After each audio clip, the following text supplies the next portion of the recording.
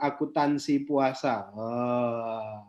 Keren, keren. Hitung-hitungan pahala, tentang hitungan pahala. Nah, sekarang sebenarnya Kita udah streaming nih di Facebook nih. udah mulai ya? Udah. Oh, udah mulai toh. Nah, kita bahas standar Sudah moral puasa. mulai. Oh, kita udah mulai nih. Makanlah. Wah, nggak tahu, kita biasa. Assalamualaikum warahmatullahi wabarakatuh. Teman-teman sekalian, ini live-nya masih di Waalaikumsalam warahmatullahi wabarakatuh.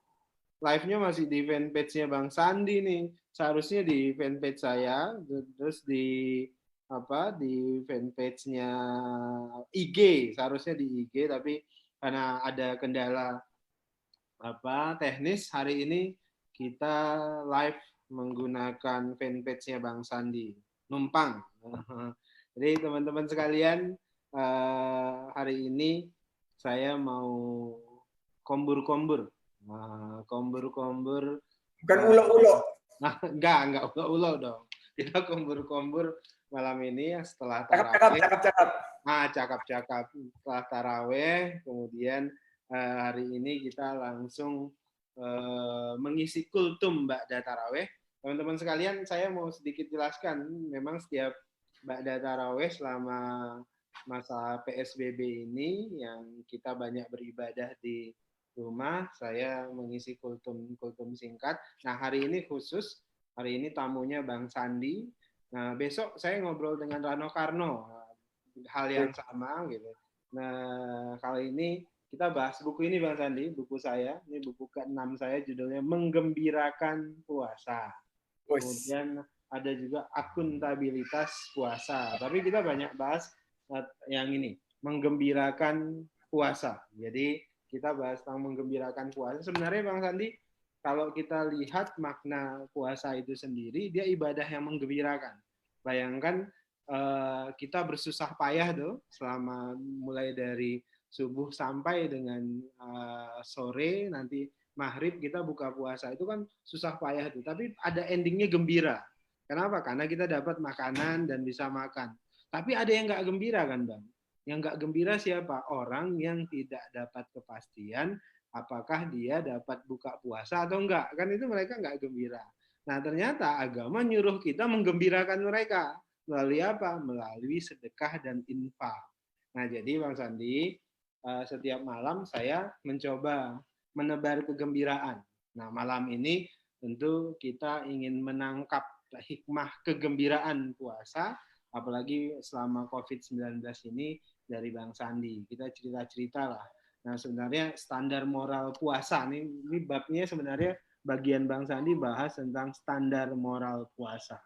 Nah, Bang Sandi cerita dikit dong, standar moral puasa bagi Bang Sandi selama Ramadan, apalagi pasti dalam kehidupan Bang Sandi juga, dan kita semuanya mengalami proses perubahan pemaknaan spiritual kan. Muda kita agak bandel, saya nggak bandel sih Bang, mungkin Abang yang agak bandel. Dulu agak bandel, kemudian berubah, dan seterusnya kan, itu manusia. Cerita dong sedikit Bang, gimana kemudian puasa itu bisa dapat standar moral gitu, yang menggembirakan. Silakan Bang. Pertama-tama terima kasih nih diajakin acara di Kultum, dan saya juga ingin menyapa semua saudara-saudara saya, saudara-saudara kita, saudara-saudara penggemar DAS. Daniel Anzar Simanjuntak Horas yang sudah bergabung melalui Facebook Live. Pertama-tama tentunya kita mau ucapkan selamat ulang tahun yang ke-88 untuk Muda Muhammadiyah. Saya alumni. 2 Mei kemarin. Iya, betul. Dan kedua, karena ini sahabat saya ini, Bung Daniel ini adalah seorang ustadz, juga kita minta doanya, karena sekarang ini di tengah pandemi COVID-19 banyak saudara-saudara kita yang terpapar dari segi kesehatan maupun ekonominya. Banyak banget nih. Yang nggak gembira, betul banget, banyak banget. Terus juga kita gunakan kesempatan ini mengirim doa terbaik buat saudara-saudara kita, tim medis tenaga kesehatan yang lagi berjuang di garda depan melawan COVID-19. Semoga Allah kuatkan, berikan mereka kesehatan. Amin. Tapi Bang Daniel sehat-sehat ya Bang Daniel ya? Alhamdulillah, Bang Sandi, alhamdulillah.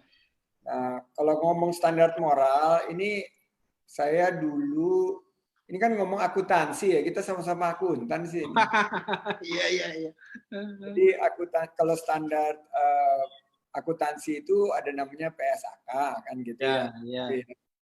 Aku itu dulu waktu di Ikatan Akuntan Indonesia pernah ditugasi di Dewan Konsultatif Nah, Standar Akuntansi Keuangan. ya. Nah, memang semuanya sih akhirnya balik kepada perintah berpuasa itu. Nah, ini kan baru-baru juga nih kenal ustadznya di baru-baru. Dulu-dulu sih ikut-ikut aja waktu Ya. mulai puasa SD, SMP, ikut laparnya aja. Nah, Tapi mulai SMA, saya sekolah di SMA Katolik, jadi kebetulan jadi akhirnya harus belajar sendiri karena nggak diajarin di sekolah dengan tentunya ibadah-ibadah yang mulai ikut-ikutan, sholat di Masjid Al-Azhar sama teman-teman waktu itu akhirnya diberikan satu pencerahan lah bahwa perintah puasa itu di surat Al-Baqarah ayat 186. Ya, auzubillahi minasyaitonirrajim. Bismillahirrahmanirrahim. Ya ayyuhalladzina amanu kutiba alaikumusiyam kama kutiba alal ladzina min qablikum la'allakum tattaqun. oh ini udah kiai bener Ustadz Sandi loh itu. Loh, kan katanya standar ini harus makin meningkat. Nah, karena panduannya, karena pedoman. Nah, aku mau tanya, Bang. Abang hafal ayat itu kapan, coba? Baru sih ya, mungkin baru 10 tahun lah. 10 Oh gitu ya. Baru banget. Ya. Kan semenjak kenal Bang Daniel dan bosnya Bang Daniel ini Pak Prabowo, saya harus meningkatkan iman dan takwa karena politik ini banyak suka ada disamber geledek gitu. Jadi kita abaikan dulu tuh politik-politikan nih. Ini kita ambil hikmah ini. Jadi standar moral tentunya harus balik ke situ dan baliknya kan bahwa la'allakum tattaqun, bahwa kita harus menjadi orang yang lebih takwa. Nah, memang tadinya dimulailah bagaimana kita berlomba-lomba khatam Quran, terus berlomba-lomba kita juga sholat sunnahnya diisi sampai taraweh, sampai tahajud juga, sholat duha dilengkapin semua. Terus juga berbuat baik dan lain sebagainya. Jadi ya tiap tahun tuh ada challenge. Challenge itu begawan tuh. Iya, anak saya habis taraweh kumpul-kumpul di sini. Oh, si begawan itu. Iya, begawan Luna. Nah ini ya alhamdulillah tahun ini standarnya harus lebih tinggi lagi karena kita di tengah wabah pandemi COVID-19. Jadi benar sih itu menggembirakan orang lain, itu saya sepakat banget dan terenyuh banget karena baru dapat data-data terakhir bahwa sudah lebih dari 15 juta saudara-saudara kita sektor formal yang kehilangan mata pencaharian. Jadi memang ya ini tugas kita menggembirakan ya. Ya, karena puasa itu bagi saya sih bulan menggembirakan, Bang. Karena di puasa ada momentum kita untuk belajar agama lebih banyak, kemudian di puasa juga kemudian janji Allah itu terkait dengan pahala dan macam-macam itu dimaksimalkan di puasa di bulan Ramadan. Jadi memang dia bulan menggembirakan. Dan menurut saya sih momentum COVID ini kan orang nih udah terlalu banyak nih membicarakan deretan masalahnya A, B, C dan segala macam. Tapi sedikit sekali yang menangkap hikmah dari peristiwa COVID ini. Jadi hikmahnya saya lihat solidaritas sosial kita kan terbangun. Kemudian minimal apalagi pasca kontestasi politik dan macam-macam itu. Nah, ini momentum semua orang belajar dari makna puasa. Puasa itu kan kayak laboratorium, Bang. Laboratorium spiritual, bahkan kalau dalam Islam dia tidak, konteksnya bukan laboratorium spiritual saja, tapi laboratorium kehidupan. Kita semuanya dilatih di Ramadan 1 bulan ini kan. Nah, tinggal bagaimana kita mau jadi yang sukses nggak menangkap hikmah itu. Tadi kan kuncinya ya akhirnya lakum tatakun, itu kuncinya kan. Coba bayangkan orang yang diminta untuk puasa itu kan panggilnya ya ayyuhallazina amanu. Yang dipanggil itu, yang diundang itu orang yang beriman, Pak. Beriman. Jadi kalau orang-orang yang merasa beriman dipanggil itu kan, bayangkan manggilnya tuh hai orang beriman, itu kan ibaratnya Allah tuh manggil kita tuh spesial sekali. Spesial menggunakan bulan ini untuk menangkap hikmahnya. Nah, kalau saya boleh tahu nih Bang, kita diskusi sederhana. Bang Sandi dalam konteks keluarga misalnya. Hikmah yang bisa diambil dalam Ramadan itu. Saya dapat nih, saya misalnya cerita sedikit. Selama COVID itu, kan kita memang, saya termasuk yang mengikuti anjuran para ulama mayoritas untuk melakukan ibadah di rumah. Nah, dari peristiwa itu saya menangkap hikmah, ternyata ini momentum yang diberikan Allah Subhanahu wa taala kita untuk memperkuat institusi keluarga. Ya kan, setiap hari ini saya yang tadinya hampir bulan Ramadan itu keliling berbagai kota untuk ceramah segala macam, sekarang full tarawihnya di rumah, Bang. Full tarawihnya di rumah, jadi imam di rumah, dan anak-anak tuh gantian setiap habis tarawih, ba'da tarawih, anak-anak gantian kultum. Jadi semua kultum, begawan saja itu kultum. Ayit sudah besar di SMP itu kultum. Itu ada 4 orang anak saya itu semuanya jadi pengen belajar kultum. Jadi kemudian kedua di ikatan keluarga itu taik begitu Bang. Kalau dalam bahasa agama itu takliful qulub, ikatan hatinya itu makin kuat. Nah, anak-anak ini yang saya nggak paham selama ini masalah dia apa, selama COVID ini saya jadi masalah, saya paham gitu. Jadi ada 4 anak saya. Saya pikir, saya nggak tahu kondisi di rumah Bang Sandi, karena saya tahu di rumah tinggal Sulaiman, tapi saya pengen dapat mungkin dari Pok Nur, mungkin selama ini sibuk masing-masing, tapi sekarang lebih banyak bertiga di rumah. Itu gimana, Bang? Ya, ini adalah kalau tidak salah hari ke-53 saya work from home, karena saya mulai agak lebih duluan dibanding PSBB, karena waktu itu kebetulan saya mengisolasi diri sendiri karena saya flu berat setelah. Dan kita ketemu waktu itu kan? Ya, Bang Daniel. Pas lagi keadaan lagi kurang sehat begitu. Jadi saya sama Pok Nur itu praktis 24 jam, dan nggak lama Sulaiman mulai home learning dan mulai distant learning, online learning itu. Pertama yang saya syukuri adalah ini juga kesempatan kita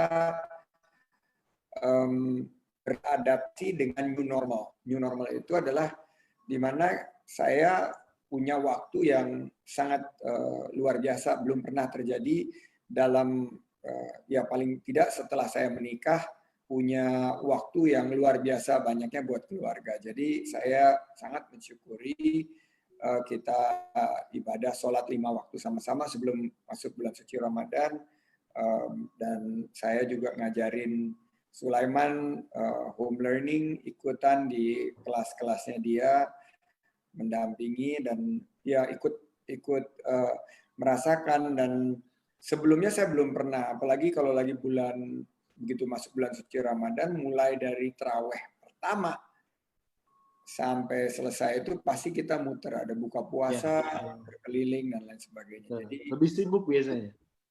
Iya, dan buka puasa di rumah sama kita bertiga aja itu jadi satu luxury ya, satu kemewahan yang luar biasa.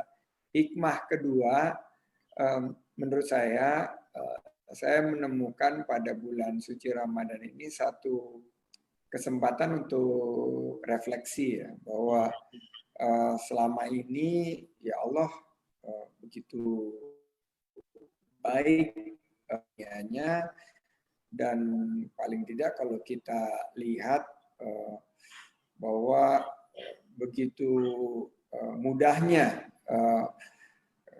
sisi dari kehidupan keseharian kita, sosial kita. Nah, sekarang ya Allah berikan sedikit rasa takut ya, sedikit rasa sakit, dan juga ada sedikit kekurangan harta, sedikit kelaparan. Itu ayatnya saya nggak hafal, tapi kurang lebih kayaknya ayat 155 ayat surah Al-Baqarah sampai 157. Jadi itu sebetulnya juga hikmahnya di situ, bahwa kita nemu banget bahwa selama ini kita dikasih begitu banyak keleluasaan. Nah sekarang baru diambil sedikit aja gitu, kasih rasa takut yang sedikit. Dan bagaimana untuk orang-orang yang bisa memaknai yang sabar. Nah, memang ini ujiannya ya, karena kalau kita lihat ya mudah ngomong begitu, Bang Sandi, karena Bang Sandi udah nyaman gitu loh, nggak usah pusing. Sementara teman-teman yang tergabung di OKOC dan lain sebagainya, omsetnya jatuh ke nol gitu, terus mulai harus nyicil utang, nggak ada pemasukan. Ya itu mungkin buat kita semua levelnya beda-beda ujian. Ya, semua orang susah mungkin menurut saya ya. Jadi levelnya hikmah dan levelnya berbeda-beda gitu. Ya. Jadi itu sih yang aku maknai, dan di rumah kita ini sebetulnya sederhana banget, dan salah satu yang saya lihat dulu ya, kalau misalnya sebelum COVID nih ya, kalau buka puasa itu ya berlimpah-limpah gitu loh makanan, sampai menurut saya nggak proporsional gitu.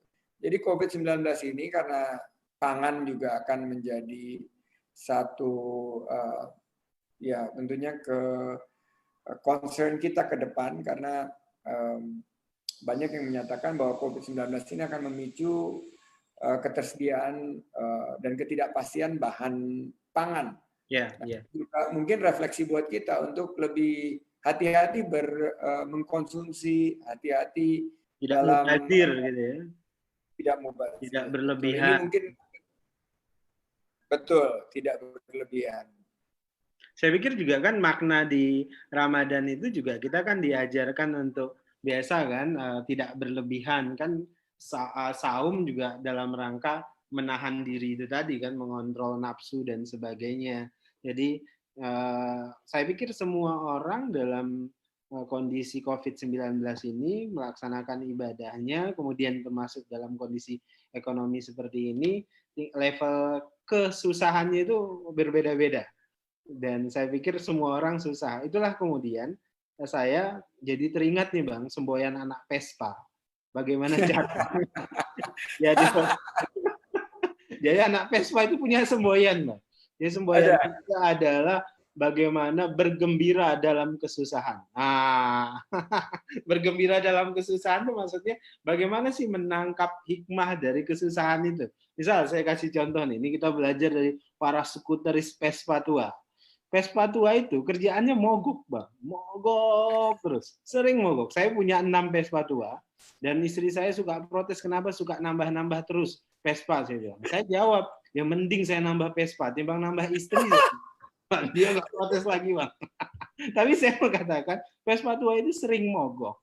Tapi entah kenapa, karena kita gembira menggunakan Vespa tua itu, kita nggak susah dengan kemogokannya itu. Kita bisa menikmati. Nah, saya ingin melihat bagaimana dan kita mengajak seluruh masyarakat Indonesia, umat Islam khususnya, dan umat-umat beragama lainnya, bagaimana bisa menangkap kesusahan itu sebagai hikmah, bagi pembelajaran, ibroh kalau dalam bahasa Islam kita. Kita bisa dapat makna itu tidak ya.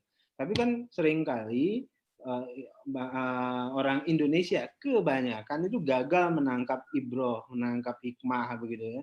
Jadi menurut saya sih seperti ini ya, seperti di buku yang saya tulis ini, misalnya banyak pernyataan-pernyataan Kunto Diningrat dulu tahun 1967 yang mengatakan memang orang Indonesia katanya punya masalah dengan standar moral, punya masalah dengan komitmen. Saya pikir itu analisa yang lama tahun 69-an. Saya pikir era baru anak-anak muda sekarang itu harus bisa menjawab analisa antropologis ini dengan pendekatan tadi new normal tadi gitu. Jadi menurut saya sih COVID-19 ini bisa kita gunakan sebagai batu loncatan untuk melakukan perubahan, apalagi momentumnya pada bulan Ramadan ini, sehingga kita bisa melakukan kontemplasi, mencari ibroh yang bisa kita lakukan. Nah, Bang, di sisi lain misalnya dari sisi ekonomi misalnya.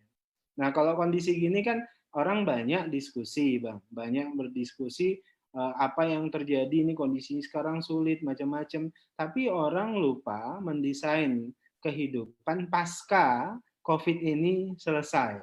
Seperti apa tatanan kehidupan kita, seperti apa yang kita lakukan. Nah, menurut Bang Sandi, berangkat dari semangat menggembirakan puasa ini, apa yang bisa kita lakukan pasca COVID dengan suasana yang berbeda nanti? Ya, pertama tentunya kita mesti pastikan dulu nih, pastikan dulu sisi kemanusiaan, sisi kesehatannya itu kita betul-betul selesaikan dulu permasalahannya, dan ini prioritas kita kepada tim medis, kepada para ahli-ahli yang sekarang lagi berjibaku nih.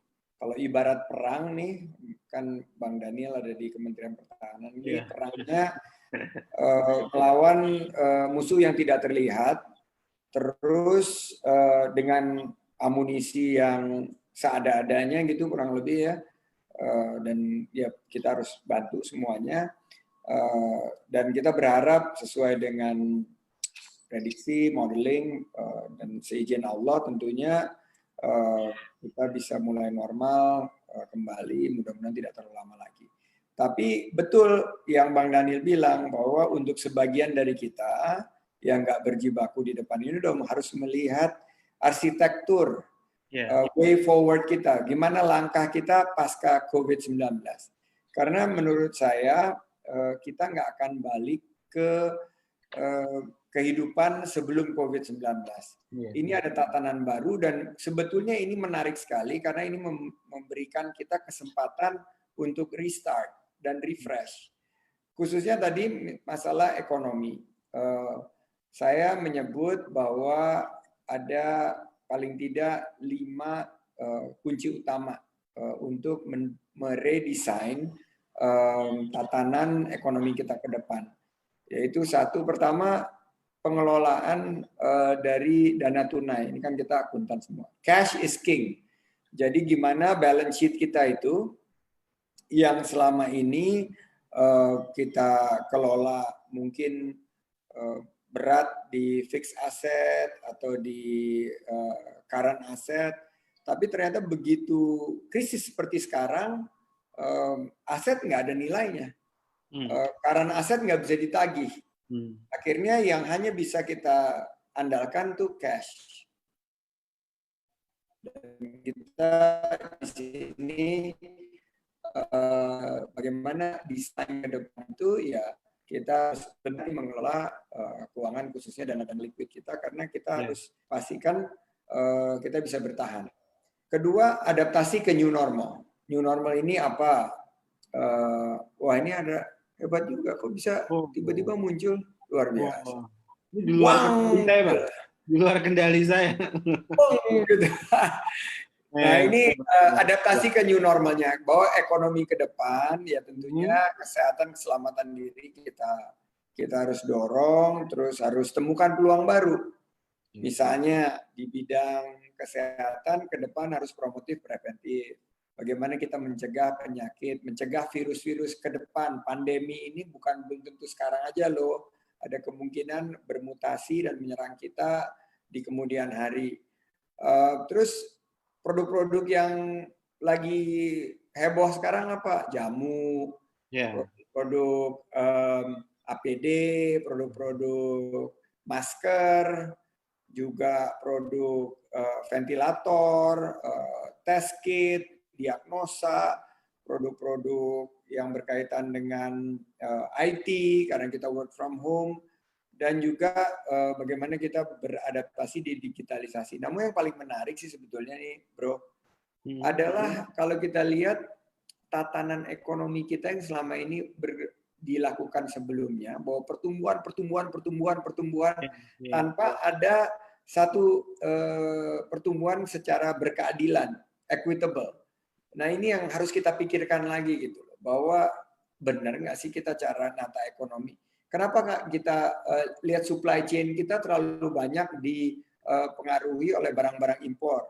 Saya mendorong kita rethink bahwa kita ke depan bahan pangan kita lebih localized, lebih personalized, lebih customized, lebih bisa kita mandiri untuk supply chain bahan pangan kita.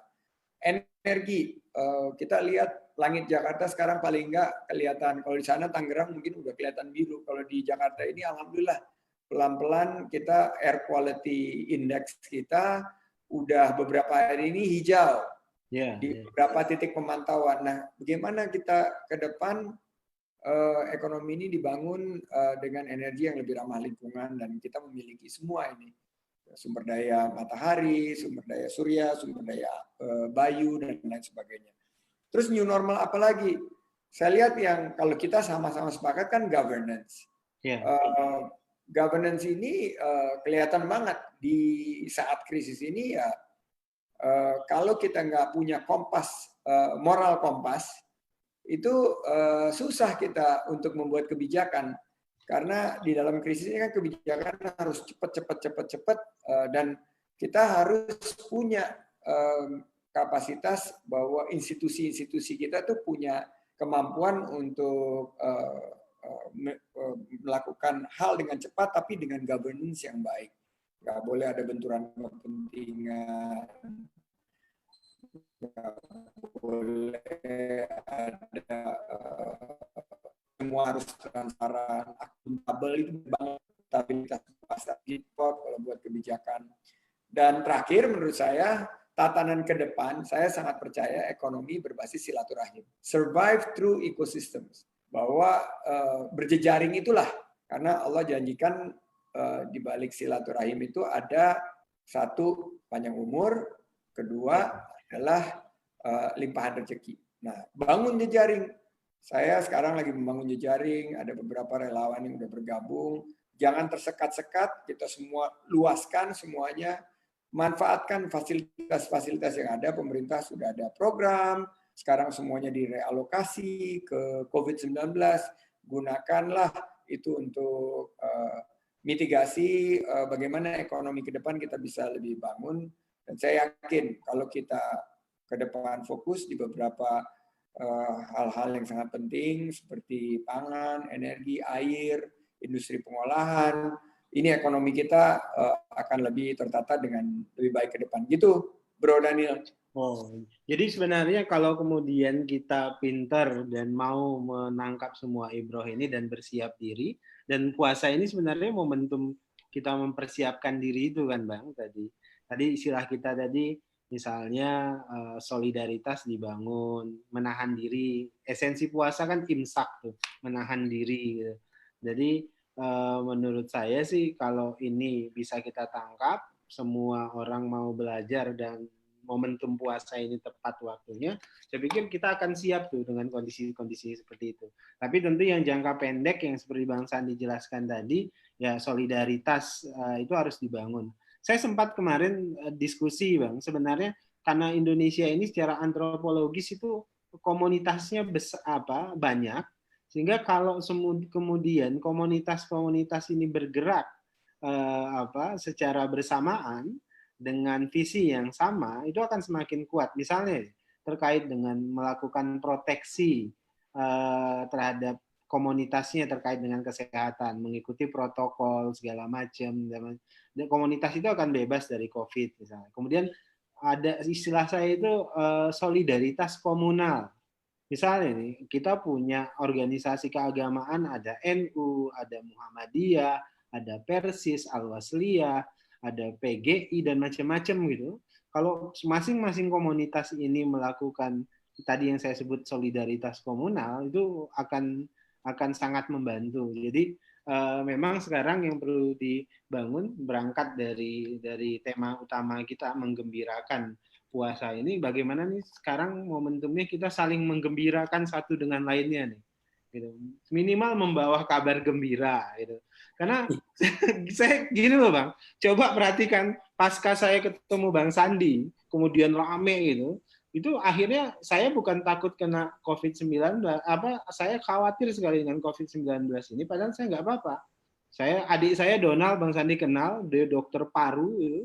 Setiap malam itu saya kontak nih, kok ini di sini saya seperti ada yang mengganjal segala macam gitu. Saya takut terjangkit gitu. Kata si Donald, abang nggak apa-apa, itu psikosomatis katanya. Jadi kita stres Bang gara-gara ini. Nah itulah menurut saya kenapa dalam kondisi seperti ini mau yang kaya, yang setengah kaya, yang miskin itu mengalami kesusahan yang sama.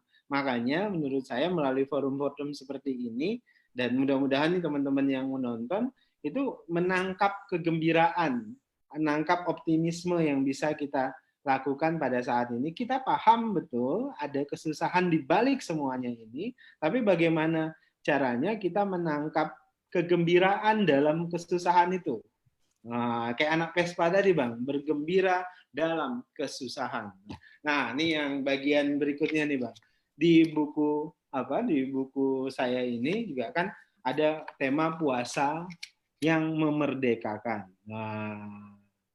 Nah, kita kan nanti puasa yang memerdekakan ini penting menurut saya bagaimana caranya supaya kita bisa merdeka dari kemiskinan, kita bisa merdeka dari kebodohan dan semacam. Nah, sekarang di pendidikan kita otomatis akan banyak berubah juga Bang pasca Covid ini.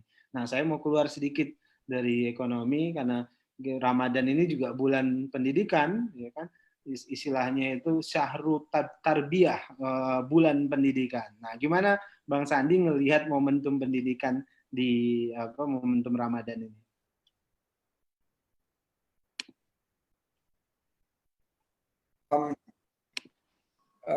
Ini luar biasa ya, sektor pendidikan ini yang mungkin ratusan tahun belum pernah terdisrupsi secara masif dan fundamental. Kali ini terpaksa mereka karena social dan physical distancing, mereka harus terdisrupsi dan akhirnya apa yang akhirnya menjadi masa depan sistem belajar mengajar kita sekarang harus kita mulai jalankan. Bahwa tiap pagi tadinya saya selalu ribut sama Sulaiman, ayo cepat berangkat sekolah. Terus dari berangkat sekolah, nganterin, masuk ke kelas, dia di ruang kelas, berinteraksi sama gurunya, sampai agak sore, jemput balik ke rumah, terus ada ekstrakurikuler, malam buat PR, dan lain sebagainya. Sekarang terdisrupsi. Sulaiman nggak perlu ribut sama saya lagi untuk mandi, karena dia begitu bangun tidur, langsung dengan acak-acakan, dia langsung ke depan komputer, ketemu teman-temannya dan gurunya. Udah langsung dalam konsep era industri 4.0 ini. Nah, saya lihat masa depan kita tentunya bagaimana terus memperbaiki akses. Karena kalau dilihat sistem pendidikan seperti ini sangat tidak adil.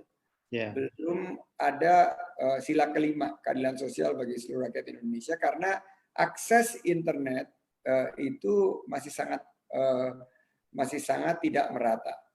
Jadi saudara-saudara kita yang ada di pedesaan, yang mungkin ada di perkotaan tapi blank spot, saudara-saudara kita yang nggak dapat paket kuota, itu susah menjangkau dari segi akses. Kedua adalah kualitasnya. Nah, kualitasnya ini beragam. Ada yang kualitasnya benar-benar kalau di universitas itu Harvard udah memberikan akses gratis ke beberapa kelasnya, padahal masuk Harvard kan setengah mati susahnya. Sampai di tingkat rumah siap kerja gitu, yang memberikan pelatihan-pelatihan online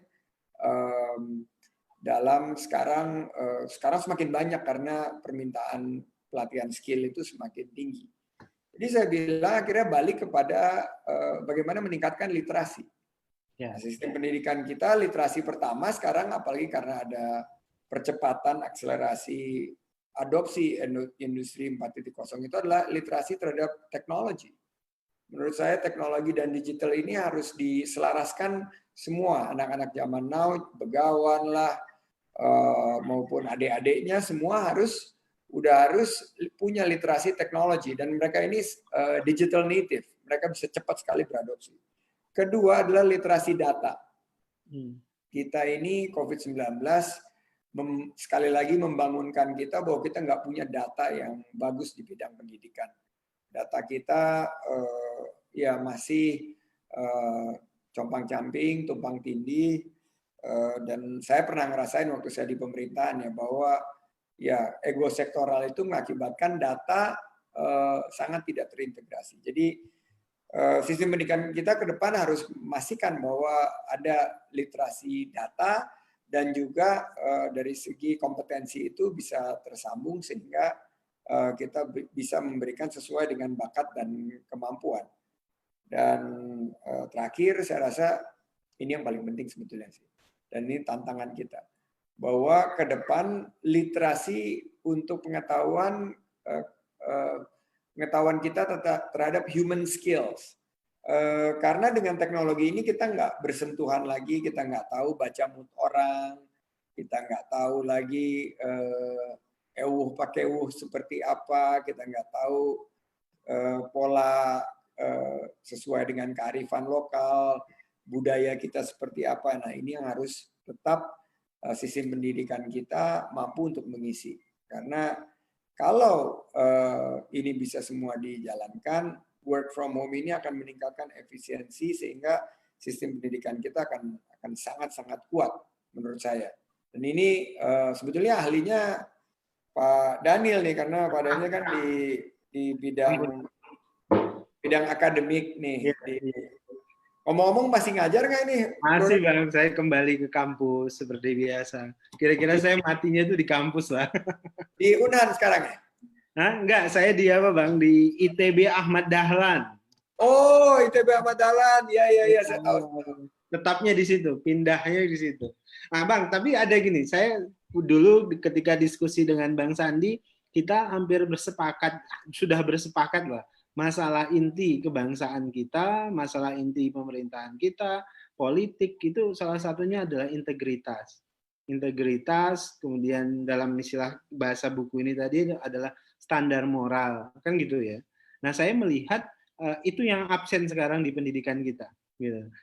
Saya bersepakat tadi yang disampaikan Bang Sandi, semuanya hardware yang harus disiapkan, tapi ternyata bagian yang terpenting yang tidak kita perhatikan itu kan tentang ini tuh Bang Sandi tadi loh. Kalau Rasul bilang, Rasul pernah ditanya sahabat tuh Bang, Maddin ya Rasul, agama itu apa? Rasul jawabnya singkat tuh Bang, ad-din husnul khuluq. Agama itu adalah akhlak yang baik. Nah, kita sudah punya konsepsi pendidikan karakter dan segala macam. Tetapi sesungguhnya saya perhatikan pendidikan karakter, pendidikan moral, akhlak, itu tempatnya di rumah ternyata. Nah, ternyata di rumah. Nah, apa yang ingin mau saya sampaikan, mungkin Bang Sandi nanti bisa tambahkan dan bersepakat terkait ini. Momentum COVID-19, kemudian bulan Ramadan, itu menemukan momentum untuk pendidikan akhlak itu. Maksud saya gini, selama ini kita orang tua itu mengkontrakkan dalam tanda kutip anak kita ke sekolah dan kita anggap semuanya sudah selesai. Ya kan, kita kontrakkan tuh anak kita, bahkan rata-rata anak-anak sekarang sekolah mulai dari pagi sampai sore Bang. Sore bapaknya pulang malam nggak ketemu gitu. Saya merasakan secara langsung momentum COVID-19 ini ternyata anak-anak kita tuh terlalu banyak dikontrakkan ke sekolah, mereka sendiri tidak dapat pendidikan yang sesungguhnya. Madrasah yang paling utama, tempat pembelajaran yang paling utama itu adalah rumahnya. Nah, sehingga banyak sekali kita temukan karakter bapak, ibu itu jauh sekali dengan anak-anaknya. Kenapa? Karena nggak engage tadi nih Bang. Bahasa saya tadi, ta'liful qulub, ikatan hati antara anak dan orang tua, itu nggak ketemu Bang. Nah, akhirnya momentum COVID-19 Ramadan itu sebenarnya upaya paling tepat yang bisa kita ambil hikmahnya untuk memperkuat institusi pendidikan dasar yang namanya keluarga. Ya tepat banget sih itu menurut saya. Ya kan Ramadan ini juga sebetulnya madrasah kan, sekolah. Betul, betul. Dan yang tadi saya bilang literasi terhadap diri kita, jati diri kita sebagai manusia akhirnya balik lagi memang ke kolbu kita dan landasannya akhlak, dan memang ini yang di negeri kita ya teruslah kita bangun lah. Kita ingin ini kita fokuskan, dan pendidikan ini ya betul kita outsource kita outsource pendidikan akhlak, pendidikan karakter itu ke sekolah, padahal sebetulnya kan proses belajar mengajar itu adalah sekolah, guru, orang tua, dan lingkungan. Ini kan dalam satu ekosistem. Betul. Anak itu belajar. Tapi sebelum kita bahas lebih lanjut lagi, saya ingin nyapa nih ada beberapa teman-teman yang udah berteriak-teriak di FBB. Dari Indramayu nih, Wong Dewek. Ini teman-teman dari Indramayu, Palembang, Wong Kitogalo. Dari Lombok, waduh ini dari Lombok, tempatnya Tuan Guru ini. Dari Kendari, waduh sabar teman-teman dari Kendari. Tenang, 500 TKA-nya tidak masuk. Amin. Ya, enggak. Jadi dari Kaltim, teman-teman dari Kaltim, Kalsel, waduh, ulun ucapkan selamat berpuasa di Kaltim Kalsel, dan ada beberapa dari negara tetangga, Malaysia dan Singapura juga. Terima kasih sudah bergabung. Terima kasih juga doanya agar COVID ini cepat berlalu. Ada buat Bang Daniel dari Asef RM, warga Cibaluyung, Banten. Wah, itu kampung belum saya terima. juga. Ini kampung dekat ini Untirta. Untirta. Jawab pertanyaannya, belum terima bantuan dari pemerintah. Nah, inilah salah satu data yang ya kita perlu perbaiki terus. Makanya saya bersama relawan ini sekarang turun melakukan pemetaan karena banyak bantuan pemerintah yang belum sampai, tidak tepat sasaran, dan juga manfaatnya belum dirasakan. Ini dari Fakih Zulfikar, Luwiliang Bogor.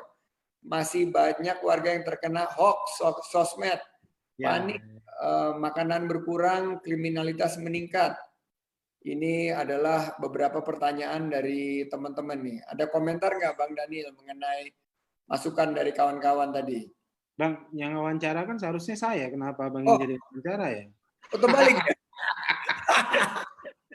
Karena ada di fanpage Bang Sandi ini, teman-teman sekalian, sebenarnya yang jadi host itu saya wawancara Bang Sandi, tapi karena ada masalah teknologi di saya pinjam punya Bang Sandi, kira gitu. Baik, terima kasih Bang, terkait dengan beberapa bantuan dan segala macam, nanti kita jawab di forum lain lah. Kita akan fokus pada pembicaraan hikmah menggembirakan puasa ini. Nah, nih di fanpage saya juga ada nanya nih Bang. Nih ke Bang Sandi nih. Tanyanya begini. Pelajaran IPA, IPS dan sebagainya itu penting. Terus gimana dengan pembelajaran agama sekarang? Ada yang menganggap itu tidak update lagi. Gimana Bang menurut Abang? Ya memang ini tantangan juga, dan COVID-19 ini akhirnya merefresh bagaimana agama ini lebih relevan. Dan ternyata sebetulnya semuanya sudah ada di Al-Quran, dan tinggal ya tugas kita sama-sama sebagai orang tua memberikan pengertian kepada Sulaiman dan tentunya yang keluarga-keluarga anak-anak saya bahwa ya di dalam tuntunan kita sebagai umat beragama, dan kebetulan kami Muslim, itu semuanya sudah tercatat. Dan memang karena kadang-kadang kita harus nambah ya, karena sistemnya itu adalah sekolah dan belajar di rumah. Ya bagi Sulaiman misalnya, dia ada guru ngaji tambahan, tapi karena COVID belum bisa terus nih berhenti, jadi kita harus jadi aplusan, saya dan Mpok Nur ngajarin, karena memang akhirnya di kembali lagi semuanya kepada tadi akhlak yang udah disampaikan oleh Bang Daniel, dan saya yakin kalau misalnya generasi muda kita punya 3 sifat tadi. Pertama integritas, itu yang non negotiable, terus kecerdasan intelektual dan passion dan energi. Saya yakin kita punya generasi muda, ya walaupun kita mungkin kalau dari segi apa namanya hardware pendidikannya kalah, tapi softwarenya kita nggak kalah. Kita punya daya saing. Kalau lihat dari perlombaan-perlombaan kelas dunia, kita jika diberikan kesempatan, anak-anak muda kita punya daya saing dan bisa tampil di taraf internasional. Jadi kuncinya memang kembali lagi kepada kita. Dan sekali lagi nih, momen hikmah Ibro dari COVID-19 ini ya kita mesti put our thinking cap ya, mesti berpikir ulang kembali. Dan saya sih kalau dari segi ekonomi udah dapat nih beberapa formula-formula yang bisa kita perbaiki secara, dan untuk pendidikan dan beberapa teman-teman sudah mulai ngobrol juga hikmah-hikmahnya apa saja. Dan ini yang ya selalu ada yang bilang orang wise man, seorang bijaksana bilang never ever waste a good crisis. Jadi krisis yang bagus itu harus ada pelajarannya gitu. Dan kita harus belajar dari COVID-19 ini. Iya, aku secara langsung terkait terutama tentang pendidikan ini, saya kembali ke rumah lagi tadi. Jadi momentum hari ini itu mengkoneksikan pendidikan formal kita dengan rumah supaya lebih kuat. Gitu. Selama ini kita tidak punya sistem mengkoneksikan pendidikan kita dengan rumah. Orang tua itu tidak diajak kerjasama secara ketat begitu dalam proses pendidikan, semuanya diselesaikan oleh sekolah. Padahal kita butuh standar moral. Saya misalnya contoh kalau dalam konteks belajar dari para pendidik begitu, misalnya dari Prof.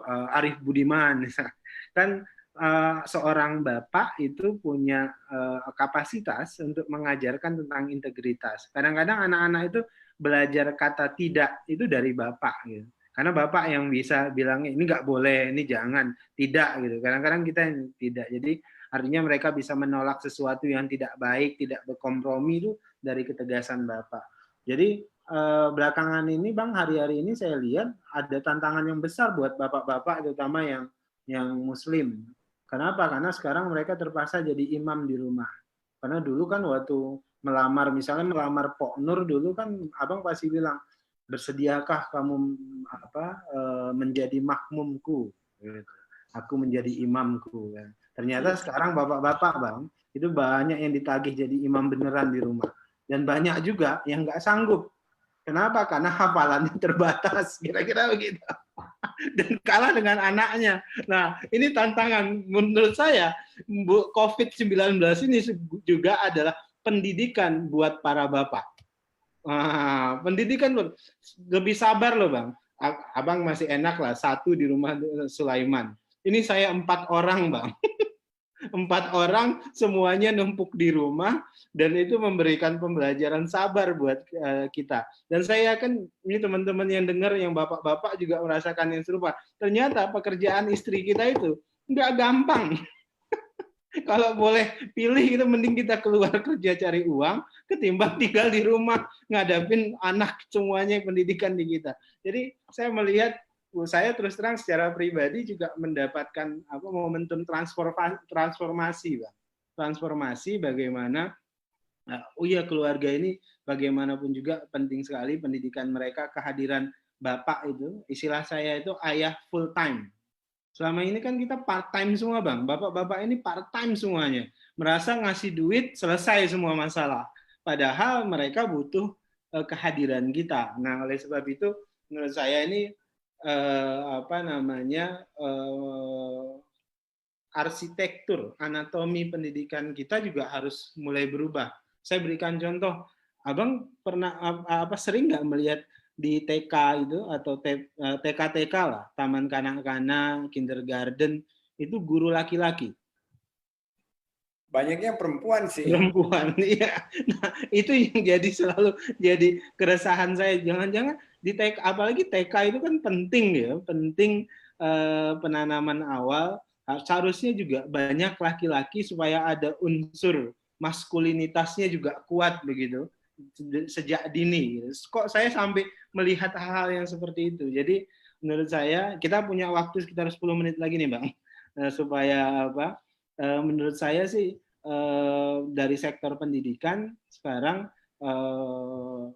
Menteri Pendidikan, mereka yang buat kebijakan, kemudian kita ini momentum untuk memperkuat institusi keluarga itu, kemudian tadi istilah saya menghadirkan ayah penuh waktu. Nah, gimana nih dengan istilah ayah penuh waktu ini? Apalagi Abang kan Sulaiman ini masih masih asik-asiknya nih. Ya kalau lihat kan saya akhirnya mungkin satu filosofi yang saya belajar setelah hampir 60 hari di rumah saja adalah ya a happy wife is a happy life. Jadi bagaimana membahagiakan istri itu karena ya memang tugasnya dia berat ya ternyata Mpok Nur itu selain daripada ngurusin kita, dia juga ngurusin anak-anak, ngurusin rumah tangga. Saya mau tanya Bang, selama 60 hari ini Abang ada masak buat Pok Nur nggak? Kita ada beberapa kali konten masak dan ya tadi Mpok Nur masakin saya steak, sebelumnya dia nyiapin makanan berbuka biasanya saya masakin, saya pernah masak 2 kali kemarin juga cumi saus Padang. Jadi ini juga ya bagian dari bagaimana kita mengentertain diri kita sendiri dan kalau memang suka masak, saya memang lebih suka masak dari Mpok Nur. Jadi waktu dulu sekolah terus hidup di luar negeri ya yang lebih banyak masak, saya yang lebih banyak masak. Tapi kalau Mpok Nur itu beberes, dia beberes kamar. Jadi rumah sekarang diberesin banget, semua ketemu foto-foto jadul gitu. Terus ya jadi seru aja sih, kita banyak memori, banyak nostalgia. Iya, oke. Bang Sandi, saya terima kasih banget nih udah mau diajak ngobrol, bahkan saya tadi benar tuh untuk nambahin surat karena Sulaiman tuh udah suka nanya nih suratnya nih itu melulu loh saya bilang. Itu juga mulai semua bapak itu pasti, apalagi kalau taraweh. Nah, saya imam taraweh juga. Saya bilang kan gini, loh kan kita tarawehnya jelas itu kan 10 surat terakhir karena istri saya NU, jadi saya bilang 10 surat terakhir, jadi kita Al-Hakum Mutakatsir sampai terakhir tabatnya ada, udah itu aja terus. Jadi kalau saya lebih enak Bang, kenapa? Karena anak saya Ayit kan sudah kelas 3 SMP. Nah, dia pesantren, jadi saya bisa gantian tuh. Ayit imam, saya imam, jadi bisa bergantian. Begawan juga yang kelas 2 SD itu udah bisa jadi imam karena dia belajar. Jadi pasca ba'da tarawih biasanya kultum. Jadi bergantian yang nggak kultum cuma satu, Kanzia, anak saya yang paling kecil umur 5 tahun. Yang lain kultum bergantian. Jadi ngomong-ngomong ini Begawan Kopi masih ini sekarang apa istirahat dulu? Jadi Begawan Kopi ini yang di Medan, di Batam, di Tangerang itu memang sulit sekali kan, semuanya pembeli sepi segala macam, omset turun hampir 99% kira-kira gitu. Untuk gaji karyawan saja sulit. Akhirnya saya masih nombokin gaji selama 3 bulan ke depan ini, tapi kalau pasca COVID terlalu panjang, akhirnya saya ambil kebijakan ngobrol dengan semua karyawan. Saya sampaikan silakan Begawan Kopi dikelola, saya nggak ngambil apa-apa, gaji kalian ambillah dari dari omset yang ada. Jadi mereka kelola sendiri, Bang. Ibaratnya saya menghindari supaya mereka dirumahkan atau di PHK, tapi mereka kelola sendiri, kalian kreatif. Pokoknya Begawan Kopi itu ibaratnya itu selama COVID itu di luar kendali saya nggak ngambil apa-apa, Anda kelola sendiri, Anda berbagi omsetnya, itulah gaji Anda, berbagi dengan mereka. Keren. Itu satu solusi itu satu ya, solusi yang luar biasa. Karena kendala saya kan juga saya paling cuma bayar ini apa namanya listrik dengan internet. Kalau gedung kan karena punya sendiri jadi tidak ada masalah. Jadi saya menghindari dirumahkan itu karena mereka juga pasti sulit cari pekerjaan dan sebagainya. Sip kalau gitu. Thank you banget nih. Terima kasih banyak Bang sudah mau ngobrol hikmah-hikmah ini. Mudah-mudahan nanti beberapa hari ke depan kita bisa selesai. Saya kok berkeyakinan Bang ini akan cepat selesai karena Amin. Wabah ini kan berbeda dengan wabah zaman dulu lah, pes, terus Spanyol. Sekarang nih sementara kita ngobrol-ngobrol begini, ada ribuan ahli yang sedang bekerja mati-matian untuk memformulasikan vaksin kan. Dan jadi saya yakin ini akan segera selesai dan kita bisa beraktivitas seperti biasa. Bang Sandi, saya terima kasih banyak. Mudah-mudahan berkah, sehat selalu. Salam dengan Pak Nur Sulaiman dan salam untuk semua. Ya, terima kasih. Assalamualaikum warahmatullahi wabarakatuh. Horas. Horas.